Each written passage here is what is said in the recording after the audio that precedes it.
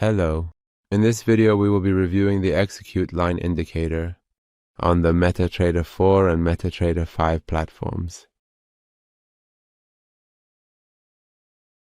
By using this indicator, we can determine the trend using the moving average indicator and the slope of the moving average indicator and view it on the chart. When the line of this indicator is purple, it clearly indicates a downtrend, and when the indicator's line is yellow, it indicates an uptrend.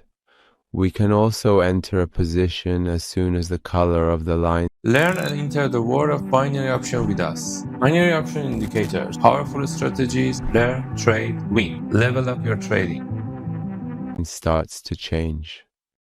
When the color changes from purple to yellow, we enter a buy position, and when it changes from yellow to purple, we enter a sell position.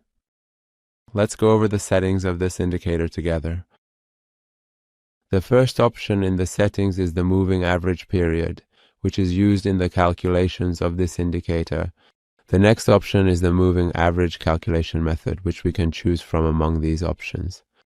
And the last option is the price on which the calculations are performed, which we can select from these choices. You can also use the MT4 version of this indicator on the MetaTrader 4 platform.